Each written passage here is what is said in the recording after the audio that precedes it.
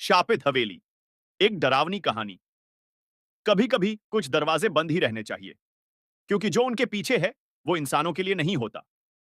चार दोस्त, राजू, सौरभ, नेहा और करण, हमेशा एडवेंचर की तलाश में रहते थे।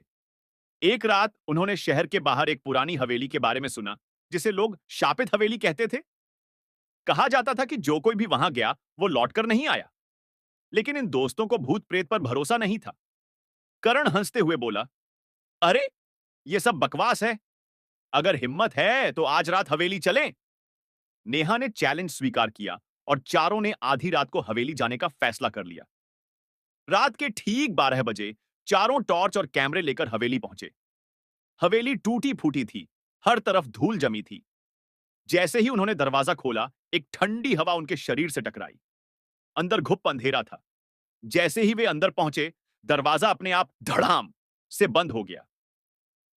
करण ने खोलने की कोशिश की, लेकिन दरवाजा टस से मस नहीं हुआ। सौरभ ने टॉर्च घुमाई और दालान की दीवारों पर नजर डाली। वहां कुछ अजीब पेंटिंग्स टंगी थीं।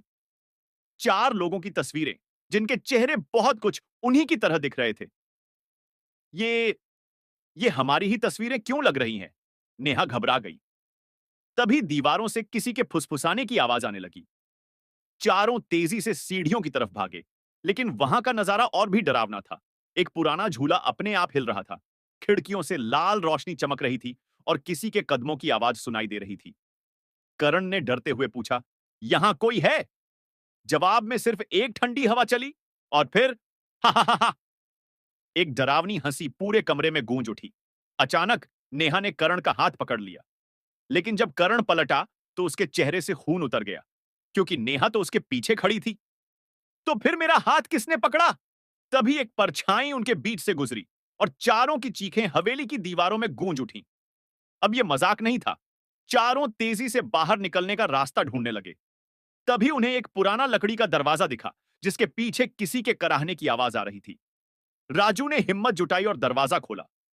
अंदर एक बूढ़ी औरत जंजीरों में बंधी हुई थी। उसकी आंखें सफेद थीं और उसने धीरे से कहा, तुम लोग भी मरने आए हो? चारों सन्न रह गए।